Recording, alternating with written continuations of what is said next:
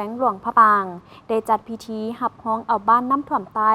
บ้านปากมองและบ้านนครเมืองน้ำบากเป็นบ้านใหญ่ตัวเมืองน้อยในชนบทพิธีดังกล่าวได้จัดขึ้นที่ห้องประชุมของเมืองน้ำบากแขวงหลวงพระบางโดยการเข้าร่วมของทานสายพรจันทุมาคณะประจำพรรคแขวงหัวหน้าแผนกกสิกรรมป่าไม้และสิ่งแวดล้อมแขวงทานสมหวังพรคำวงศาเลขาพรรคเมืองน้ำบากมีองค์การปกครอง3บ้านองค์การปกครอง9บ้านเทศบาลเมืองหัวหน้าห้องการพร้อมด้วยภาคส่วนที่เกี่ยวข้องเข้าร่วม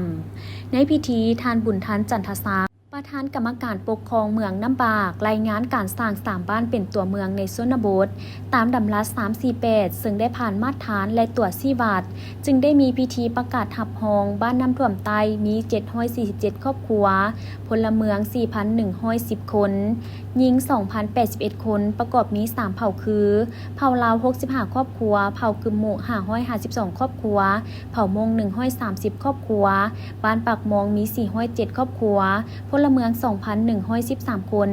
หญิง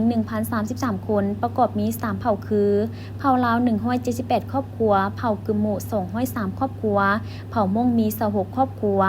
บ้านนครมี231ครอบครัวพลเมือง 1,262 คนหญิง608คนประกอบมี3เผ่าคือเผ่าลาว175ครอบครัวเผ่ากึมโม53ครอบครัวเผ่ามง3ครอบครัวทั้ง3บ้านมีพื้นฐานโครงหลังที่อำนวยความสะดวกให้แก่การพัฒนาให้กลายเป็นบ้านใหญ่ตัวเมืองในชนบทใน5จุดสูงของเมืองและ17จุดสูงในทั่วแขวงหลวงพระบางจากนั้นก็ได้ผ่านข้อตกลงของฐานเจ้าแขวงหลวงพระบางว่าด้วยการหับฮ้องเอาบ้านน้ำท่วมไตบ้านปากงองและบ้านนครเมืองน้ำบากเป็นตัวเมืองในชนบทให้เกียรติมอบไปยั่งยืนดังกล่าวให้ทั้ง3บ้านโดยทานสายพรจันทุมา